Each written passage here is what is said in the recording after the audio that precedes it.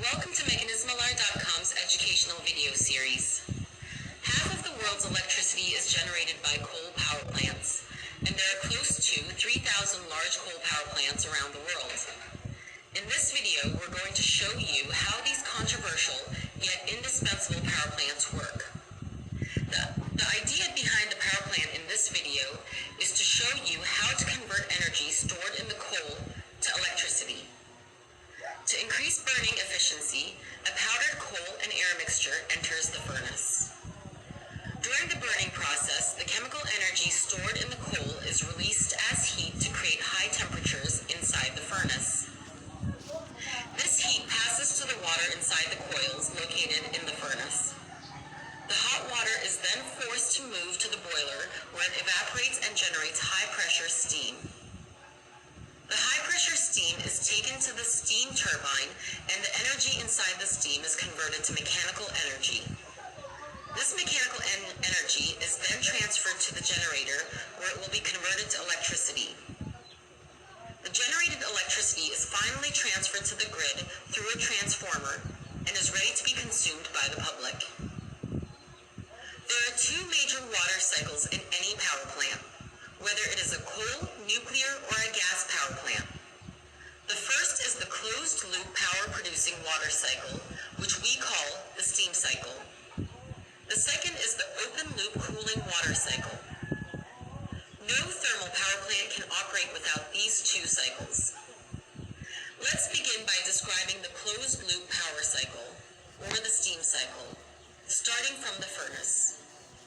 First, intense heat inside the furnace heats the water within the coils, which is coming from the condenser.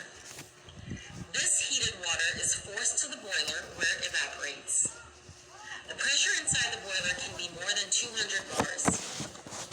The high-pressure steam obtained in the boiler is sent to the steam turbine, which passes the steam between fixed and rotating sections, converting the energy stored in the steam to mechanical energy. The steam leaves the turbine at close to vacuum pressure, near condensation temperature.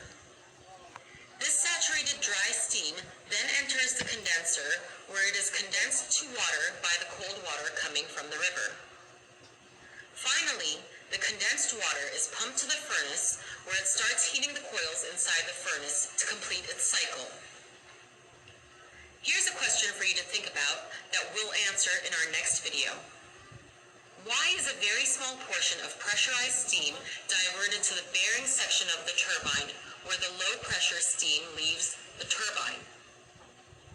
Now let's discuss the second cycle, the open-loop cooling cycle, which starts by pumping cold water from the upstream section of the river into the condenser inside the steel tubes. While saturated steam is condensed to water, the water from the river is heated. The heated water is then dispensed to the downstream section of the river. To protect ecological stability of the river, the temperature rise should be kept to a minimum. In short, dispelled water makes the river or lake warmer than it otherwise would be. This is why some marine animals, such as manatees, spend their winter close to the power plants to protect themselves from the harsh winter temperatures. This concludes the first part of our presentation about coal power plants.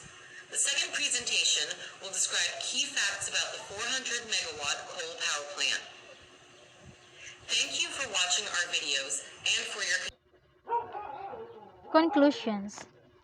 It shows that the boiler and the turbine of a power generation plant is the major source of useful energy lost.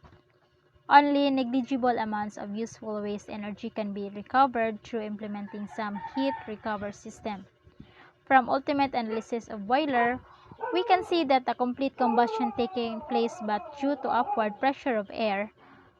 Fuel contains fines which flies with the fuel gas, and burns it at the top of the boiler by increasing the temperature of the superheat and leaving the boiler at very high temperature.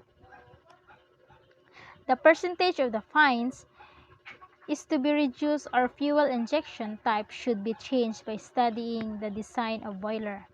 Thus, efficiency can be improved. Even though loss in condenser is more, the quality of energy obtained is not. Hence, we have to concentrate on boiler and turbine to increase the efficiency of the plant. Thank you and God bless.